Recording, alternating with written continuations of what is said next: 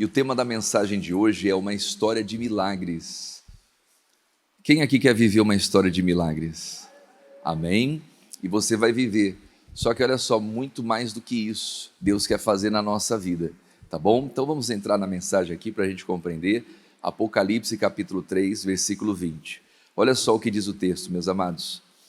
Eis que estou à porta e bato. Jesus está batendo, amém? Em outras palavras, por que Jesus está batendo? Porque Ele quer entrar na nossa vida, amém? Nós temos que estar sensíveis, né, à batida de Jesus, não é? Nós temos que estar sensíveis ao som da voz de Jesus. Ele diz aqui, ó, eis que estou à porta e bato. Se alguém ouvir a minha voz e abrir a porta, entrarei em sua casa, amém? Então olha só, Jesus está querendo entrar, Jesus está querendo fazer em nós morada. Entrarei na sua casa, ele diz ali, ó, na sua casa, e com ele cearei e ele comigo. Então o que a gente tem que aprender aqui, ó? Ouvir a voz de Jesus, amém? Que não é tão fácil nos dias de hoje. A gente vive um mundo com muitas vozes, muitas pessoas falando várias coisas ao mesmo tempo. A verdade é essa, né? São tantas vozes, é filosofia, é teologia, enfim, né? São os pensamentos do mundo, as religiões. Então muitas pessoas falando muitas coisas ao mesmo tempo, né? A nossa mente hoje, principalmente nos dias de hoje, ela tem sido bombardeada de informações. E como que a gente vai discernir a voz de Jesus? Conhecendo, amém? A ovelha conhece a voz de Jesus Cristo, ela sabe, né? Ela conhece, e ela não segue outras vozes. Então ele está dizendo aqui, ó, se alguém ouvir a minha voz, que já é um desafio, mas não é só ouvir a voz. O que ele está falando aqui, meus amados? E abrir, amém? Quer dizer, nós temos que tomar uma atitude, nós temos que abrir a porta para Jesus entrar. Se alguém ouvir a minha voz e abrir, eu entrarei, cearei com ele e ele comigo. Pastor, pode acontecer de alguém ouvir a voz e não abrir? Pode, acontece. Vai lá no livro de Cantares, capítulo 5, versículo 2. Cantares de Salomão, né? Depois de Eclesiastes vem Cantares, capítulo 5, versículo 2. Olha só, Jesus quer entrar, amém? Mas eu tenho que ouvir a voz dele e abrir. Ele está dizendo aqui, ó, capítulo 5, versículo 2. Eu dormia, mas o meu coração velava.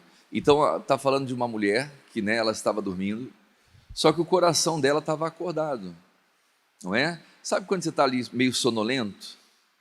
Você está meio com sono, mas você está atento a alguma coisa que vai acontecer. Mesmo cansado e tal, você fica ali, ó, atento. Quer dizer, aquela mulher dormia, mas o coração dela velava, o coração dela estava acordado. E aí o que acontece aqui, meus amados? Eu dormia, mas o meu coração velava. E diz ali, ó, e eis a voz do meu amado.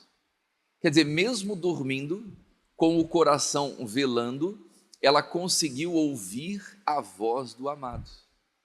Eis a voz do meu amado, que estava batendo. Quer dizer, ela reconheceu a voz do amado.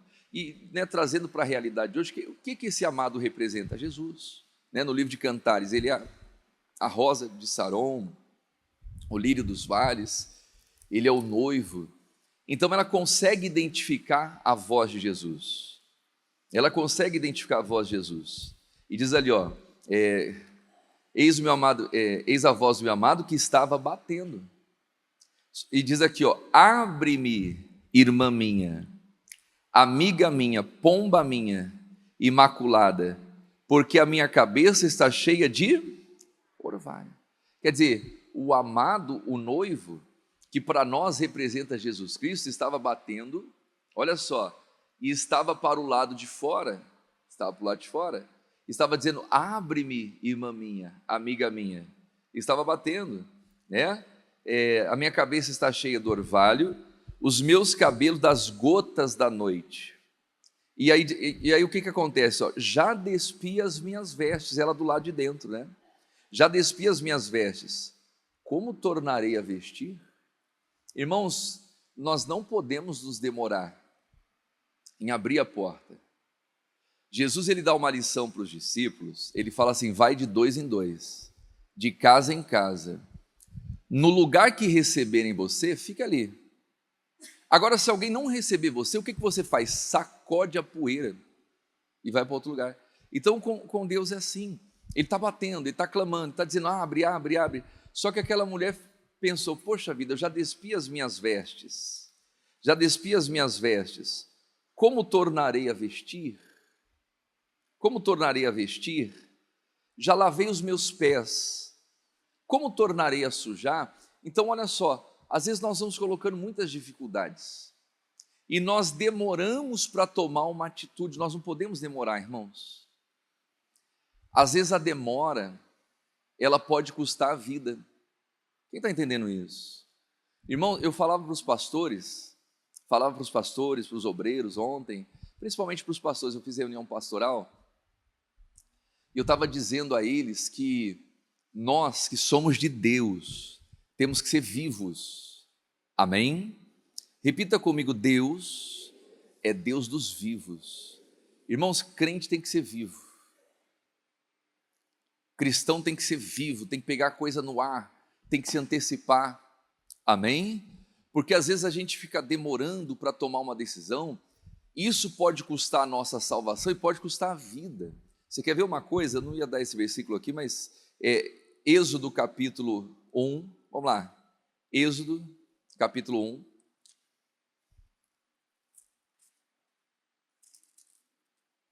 versículo 15, vamos pegar aqui, ó, Êxodo capítulo 1, versículo 15, olha o que diz, meus amados: e o rei do Egito falou às parteiras das hebreias, das quais o nome de uma era Sifrá, e o nome da outra era o quê? Puá. Quer dizer, o rei do Egito. O que o Egito representa? Mundo. O rei do Egito representa o Deus desse mundo. E olha só, ele dá uma ordem para aquelas parteiras. Irmãos, o mundo vai tentar dizer para a gente o que nós temos que fazer ou não temos. E muitas vezes essa ordem vai vir do mundo. Então olha só, o rei do Egito dá uma ordem, e o que ele fala assim? E disse: quando ajudardes no parto das hebreias, e virdes sobre os assentos, se for filho, fazer o quê? Misericórdia, hein? Que ajuda que era essa, irmão? É ou não é? Quando você for ajudar as parteiras, se for filho, matai. Mas se for filha, então viva. E o que diz ali, meus amados, versículo 17? As parteiras, porém, temeram a Deus. Aleluia. E não fizeram conforme o rei do Egito lhe dissera, antes conservaram os meninos com vida. Primeiro, irmãos, olha só, a pessoa que teme a Deus, ela não faz o que o mundo diz para ela fazer. Ah, mas me disseram que se eu fizer assim, vai dar certo e tal, para eu crescer na vida, para eu crescer na empresa, eu vou ter que fazer isso e tal, mas se aquilo fere princípios, se aquilo fere a palavra de Deus, eu não vou crescer dessa maneira. Se é para crescer, eu vou crescer de uma maneira limpa. Quem está entendendo isso? Então as parteiras temeram a Deus e não fizeram o que o faraó mandou. Elas não fizeram, elas conservaram os meninos com vidas. Mas olha só, não é apenas temer a Deus, irmãos. Nós temos que ter pessoas que temem a Deus na sociedade, claro que temos, amém? Mas nós não podemos apenas depender das parteiras, da boa vontade e do temor das parteiras. Nós que somos de Deus temos que ser vivos. Quer dizer, aquelas parteiras preservam os meninos com vida. Primeiro, porque elas tinham temor. Mas segundo, olha só o que diz aqui o texto. O versículo: então o rei do Egito, 18, chamou as parteiras e disse: por que fizeste isso? Que guardaste os meninos com vida? O que está escrito ali, meus amados? 19. E as parteiras disseram a Faraó: é que as mulheres hebreias não são como o quê? Como as egípcias. Irmãos, as parteiras ainda tiraram uma onda das egípcias. Olha o que elas vão falar aqui, ó. Não são como as egípcias, porque são o quê? Vivas. Em outras palavras, as egípcias são mortas. É ou não é? O rei, as hebreias não são como as egípcias não, ainda tirou onda do rei. Porque elas são vivas. E olha o que elas faziam.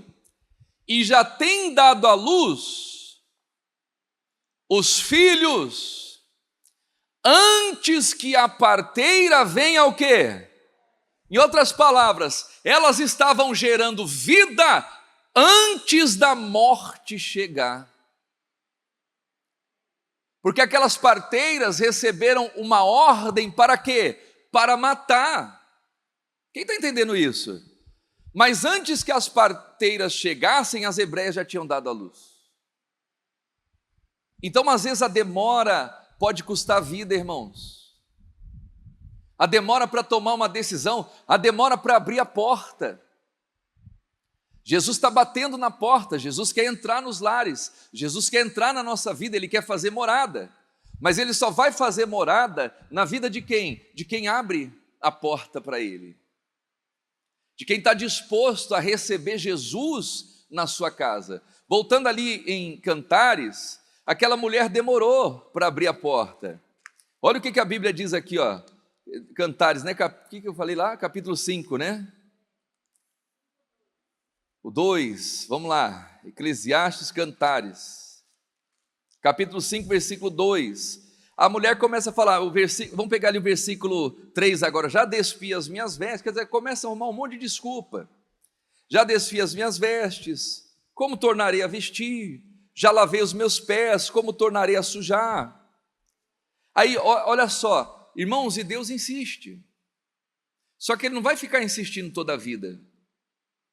O versículo 4 diz: o meu amado meteu a mão pela fresta da porta e o meu coração estremeceu por ele. Ela sabia que ela tinha que abrir a porta. Ela sabia que ela deveria se apressar para poder abrir aquela porta. Só que quando ela toma a decisão já é tarde. Então olha só, irmãos, nós não podemos ser vagarosos, nós não podemos ser lentos na hora de tomar decisões importantes na nossa vida. Quem está entendendo isso? E é o que acontece aqui, ó, o versículo 6. Eu abri ao meu amado, mas já o meu amado se tinha o quê? Retirado, que está escrito ali, ó. Mas quem está lá na tela está mais demorado ainda. Eu abri ao meu amado, mas o meu amado já tinha o quê? Se retirado. Vamos continuar aqui, ó, o versículo 6. E se tinha o quê? Ido. E a minha alma tinha se derretido quando ele falara. Quer dizer, acabou. Ela perdeu a oportunidade. Trazendo para a realidade, Jesus estava batendo. Ela demorou para abrir.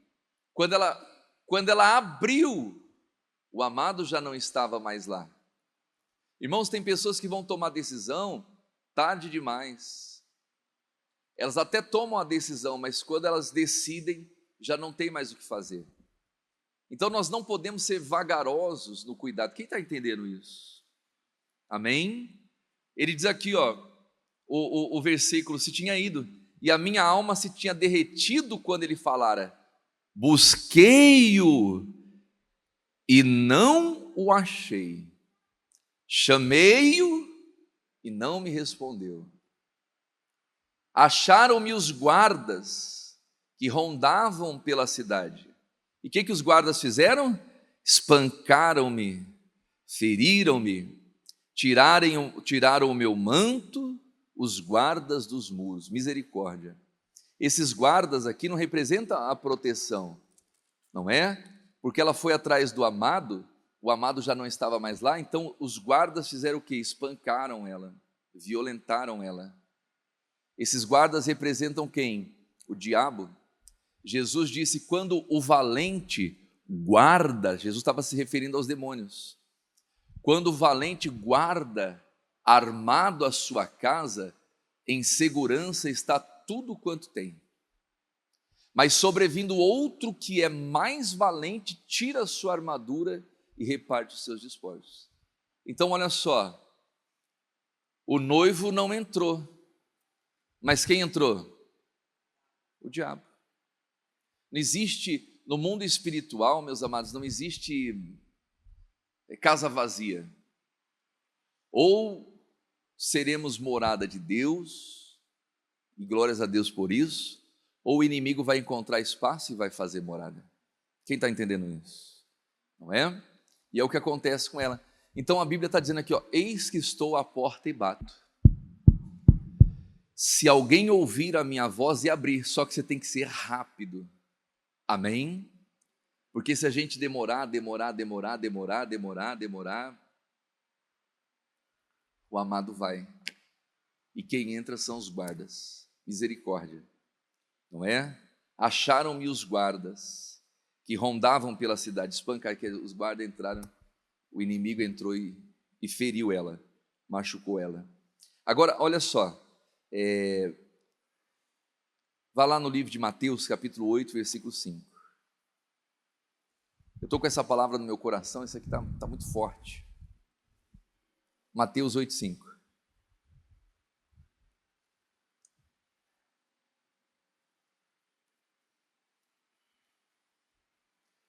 E entrando Jesus em Cafarnaum,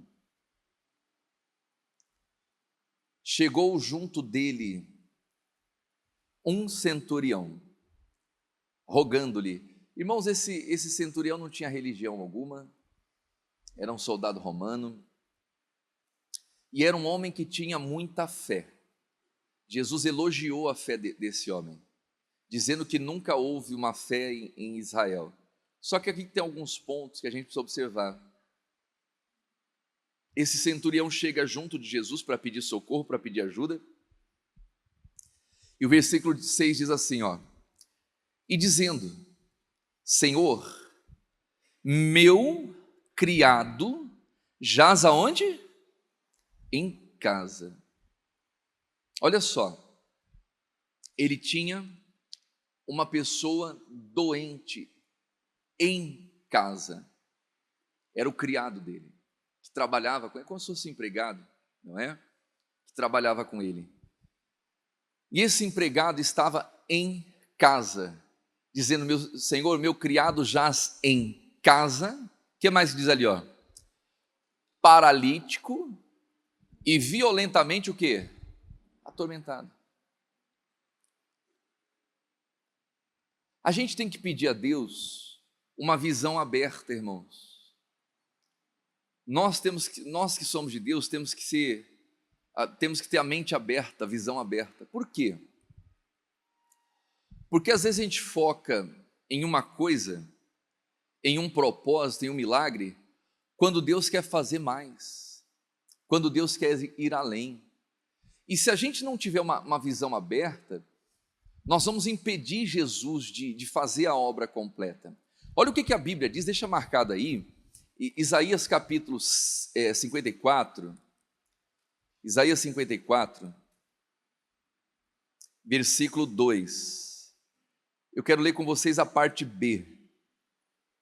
Põe na parte B. O que está escrito aqui no início da frase? Não o impeças. Irmão, se a gente não tiver uma visão aberta, a gente vai acabar impedindo a obra completa de Deus na nossa vida. Olha para quem está ao seu lado e fala assim: não o impeças. Amém? Não impeça Deus de agir. A gente tem que deixar Ele fazer o que Ele quer fazer. Voltando ali no centurião, esse homem tinha um criado em casa que estava paralítico. E ele vai pedir ajuda para quê? Para que aquele criado ficasse curado. Quer dizer, ele focou na cura. E Jesus tem cura. Amém? Jesus tem cura, tem prosperidade, tem paz. Ele pode prolongar os seus dias nessa terra, só que ele quer fazer muito mais. Então, às vezes nós focamos em algo apenas, meu objetivo é esse, quando Deus quer fazer uma obra muito maior na nossa vida.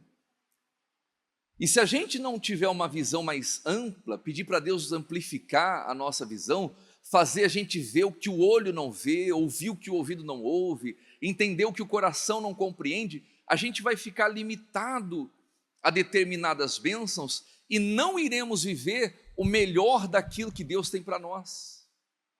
Quem está compreendendo isso? Então esse centurião, ele foca na cura. O criado dele estava em casa, paralítico, violentamente atormentado, e o versículo 7 diz assim, Jesus disse-lhe, eu irei, abre parênteses, na sua casa. Eu irei na sua casa, eu entrarei na sua casa, e lhe darei o quê? Saúde. Olha só, Jesus queria mais do que trazer saúde para aquele criado. Jesus queria trazer salvação para aquela casa. Ele quer fazer mais na nossa vida, irmãos. Ele quer fazer mais. Ele quer dar mais a você do que uma vida abundante nessa terra. Ele quer te dar vida eterna. Ele quer que você viva para sempre. Deus amou o mundo de tal maneira que deu o seu Filho, não apenas pela sua prosperidade, não apenas pela sua cura, não apenas pela restauração da sua vida, do seu casamento, da sua família, mas Ele deu o seu Filho para que todo aquele que nele crê não pereça, quer dizer, não morra, mas tenha a vida eterna. O objetivo principal do Evangelho de Jesus Cristo nessa terra é a vida eterna. O que adianta a gente ganhar o mundo, irmãos, conquistar riquezas, tesouro, fama, amigos, família, pessoas que a gente ama, que a gente considera, lazer e por aí vai, e não alcançar o principal, que é a salvação? O que adianta uma pessoa se levantar da cadeira de roda e ir andando para o inferno? O que adianta a pessoa se levantar de uma cama, de um leito, de um câncer, não é? De um hospital, sair de uma UTI e perder a salvação no final da vida? Não adiantou de nada. Então Jesus, ele quer mais do que curar, mais do que libertar, do que prosperar. Ele veio para trazer a vida eterna. Então ele estava dizendo para o centurião, eu vou na sua casa e darei saúde para o seu servo. Só que aquele centurião impede o maior dos milagres. Ele teve a fé para alcançar a cura, mas olha o que o centurião vai falar para Jesus. O versículo 8, respondendo disse, Senhor, não sou digno que entres debaixo do meu telhado. Ele impediu Jesus de entrar na casa dele. Não sou digno que entres debaixo do meu telhado. Irmão, se a gente fosse usar esse raciocínio, nós não somos dignos que Jesus viesse ao mundo, é ou não é? Se fosse por essa lógica, nem ao mundo Jesus viria. Mas se Jesus veio ao mundo, irmãos, a Bíblia diz que ele desceu ao inferno e ressuscitou no terceiro dia. O que era para Jesus ir na casa daquele centurião? Nada. Você acha que Jesus não sabia que aquele centurião era indigno? Claro que sabia. Então Jesus estava indo para lá, não apenas para dar saúde para aquele servo, mas para dar dignidade para ele. Jesus quer entrar na vida das pessoas, não apenas para trazer o pão de cada dia, o pão nosso de cada dia, não é? As bênçãos diárias, o maná. Não, Ele quer dar dignidade, Ele quer dar salvação. Mas às vezes nós impedimos o agir de Deus. O servo daquele centurião foi curado. Ele viveu uma história de milagre, o milagre está registrado. Até hoje é pregado sobre esse milagre, até hoje as pessoas comentam, até hoje as pessoas falam da fé de um homem que nem religião tinha, que não havia ninguém em Israel com uma fé igual a dele, para alcançar uma cura. Irmãos, e tem muitas pessoas assim, ela tem fé para cura, ela tem fé para prosperidade, ela é fiel no dízimo, na oferta, ela abençoa as pessoas, ela tem um coração generoso, ela prospera e prospera com força, porque ela tem fé para prosperar. Tem pessoas que surgiu uma doença, ela repreende na hora e aquele mal vai embora, porque ela tem fé para ser curada, e aleluia! Mas se a gente não tiver fé para a salvação, a cura, a prosperidade, o casamento, a restauração da família, não valeu de nada. Não valeu. Quer dizer, ganhou o mundo e perdeu a alma. Então esse centurião fala: não sou digno que entres debaixo do meu telhado, mas dize somente uma palavra, e o meu criado, para ele bastava apenas uma palavra. Para a pessoa prosperar basta apenas uma palavra, irmãos. Para alcançar uma cura basta apenas uma palavra, uma ordem de Deus. Tudo muda. É uma porta que se fechou na sua vida, é uma palavra que Deus dá, todas as portas se abrem. A palavra dele é vida. Ele disse: haja luz, houve luz. E ele foi criando tudo pela palavra.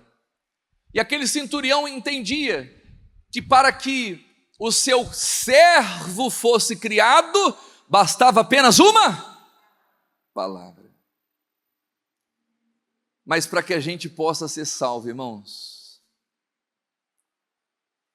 não é apenas uma palavra, é a presença de Jesus na nossa casa.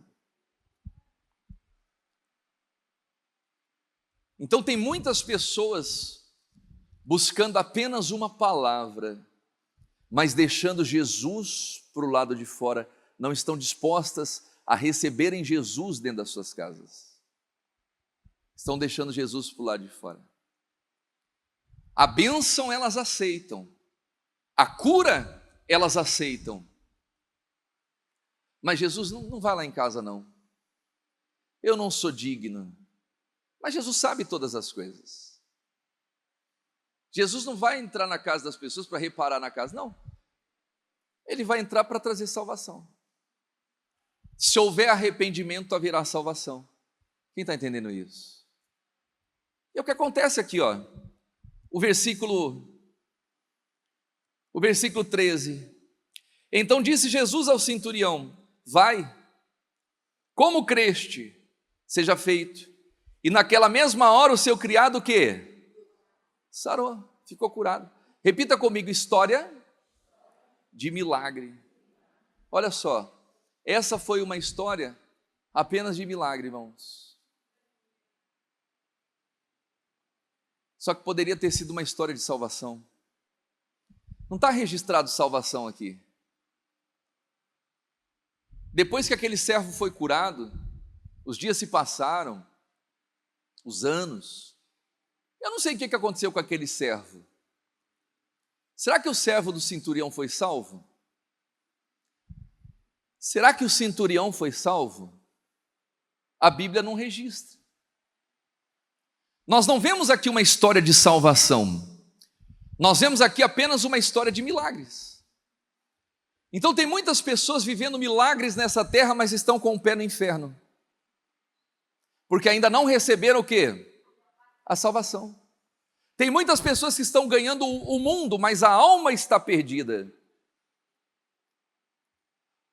Porque não estão deixando Jesus entrar na sua casa. E quando Jesus entra, meu amado, minha amada, Ele provoca na nossa vida o arrependimento.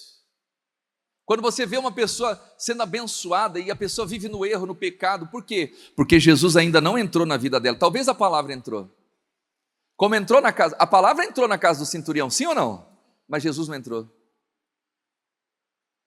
Então você se depara muitas vezes com pessoas que às vezes estão estão fazendo sucesso, estão prosperando, estão conquistando, estão avançando, mas com a vida toda errada. Por quê? Porque ainda não são salvas. Estão sim ganhando o mundo, estão sim prosperando, vencendo na vida, mas a vitória principal, ela não teve acesso ainda. Pastores, bispos, profetas, que o cidadão vai lá, abre a boca e assim como ele fala, acontece. Oh, esse é profeta. Mas muitos vão chegar no dia do juízo final e vão falar: Senhor, profetizei no seu nome, curei no seu nome, libertei no seu nome.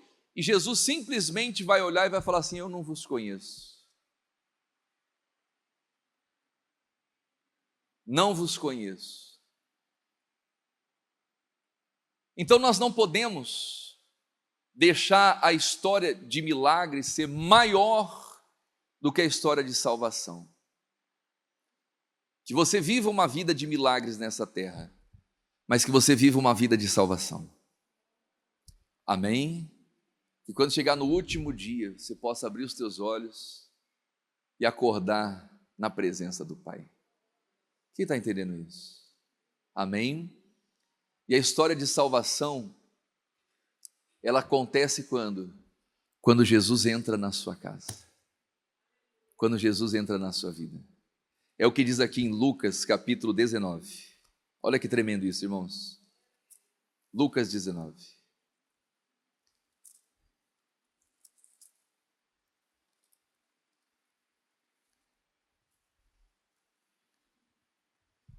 E tendo Jesus entrado em Jericó, mesma coisa, hein? No caso do centurião, Jesus entrou em Cafarnaum. No caso de Zaqueu, Jesus entrou em Jericó. Mas olha só como visões diferentes. Amém? Quer dizer, a cena praticamente a mesma, mas o resultado diferente. Jesus entrou em Jericó, ia passando, e eis que havia ali um homem chamado Zaqueu, e este era um chefe dos publicanos, e era o quê? Rico. Mas até então, sabe o que Zaqueu era?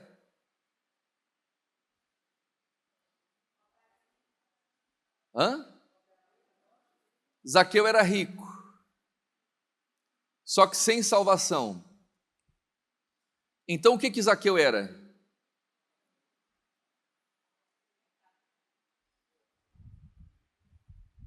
Olha o que Zaqueu era.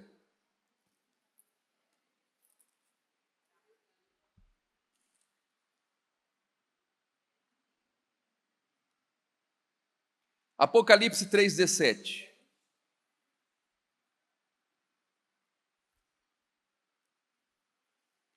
O que diz ali? Como dizes, rico sou. Zaqueu era rico, sim ou não? Rico sem Deus. E o que é um rico sem Deus? Isso aqui não é o pastor que está falando, hein? Como diz, rico sou, estou enriquecido. Vai lá. E de nada tenho? E não sabes que és um desgraçado, miserável, pobre, cego e nu. Zaqueu era um desgraçado, miserável, pobre, cego e nu. Mas mesmo sendo um desgraçado, miserável, pobre, cego e nu, ele queria ver Jesus. Zaqueu era indigno. Amém? Zaqueu não era digno de receber Jesus na casa dele. Muito pior do que o centurião. A vida de Zaqueu era muito pior. A história de Zaqueu era muito mais comprometida do que a do centurião, porque o centurião estava tentando ajudar o seu servo, e o Zaqueu passava a perna em todo mundo. Zaqueu defraudava, Zaqueu mentia. Zaqueu era um bandido com a vida suja. Era rico. Mas voltando ali à história,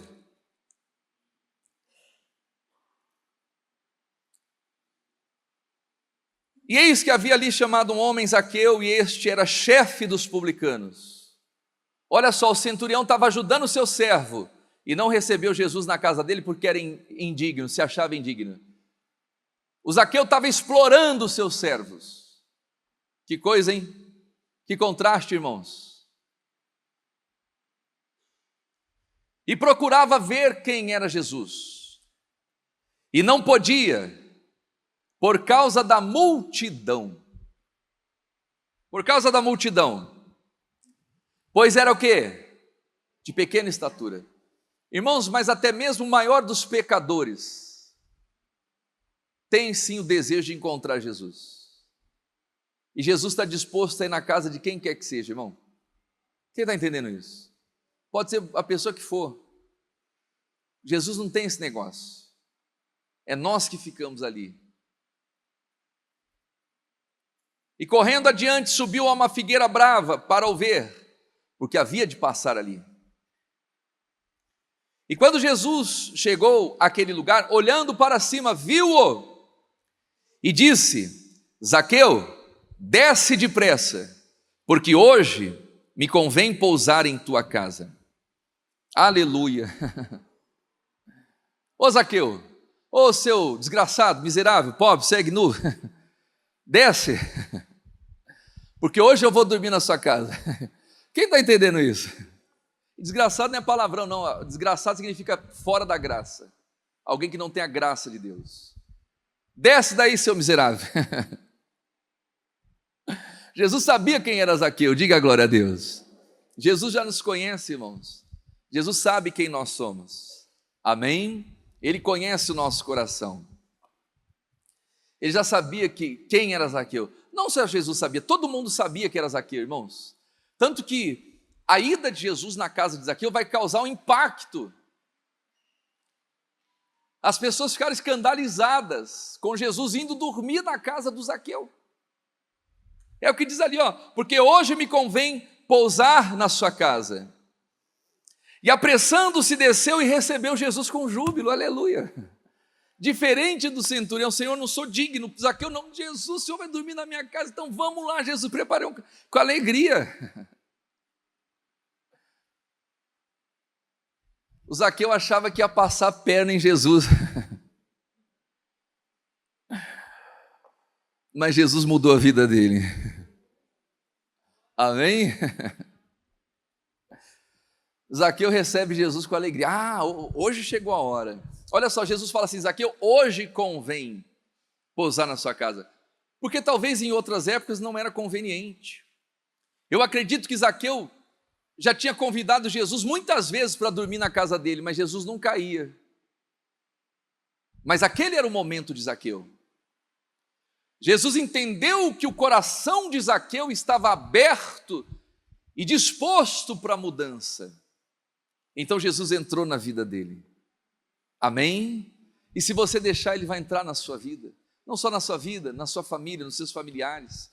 Pastor Helder, tem gente na minha família que é difícil. São pessoas difíceis. Jesus vai entrar e vai morar na vida deles também. Amém? 7. E vendo todos isso, murmuravam, dizendo que entrara para ser hóspede de um homem pecador. Todo mundo começou a murmurar contra Jesus, irmãos. Quem que esse homem diz que é o santo de Deus, o filho de Deus? Olha onde ele vai dormir. Olha na casa de quem ele vai dormir. Mas Jesus sabia o que estava fazendo. Amém? Deus sabe o que faz. Deus sabe. E levantando-se Zaqueu, disse ao Senhor, Senhor, eis que dou aos pobres metade dos meus bens. Zaqueu tinha muita coisa. Eis que dou aos pobres metade dos meus bens. E se em alguma coisa tenho defraudado alguém, o que o Zaqueu ia fazer? Restituo quadruplicado. Isso é arrependimento, irmãos. Senhor, se eu peguei alguma coisa que não era minha, eu vou devolver. Só que eu vou devolver 4 vezes mais. Se eu passei a perna em alguém, se eu defraudei alguém, eu vou restituir 4 vezes mais. E o resto eu vou dar para os pobres. O que é isso, meus amados? Arrepende.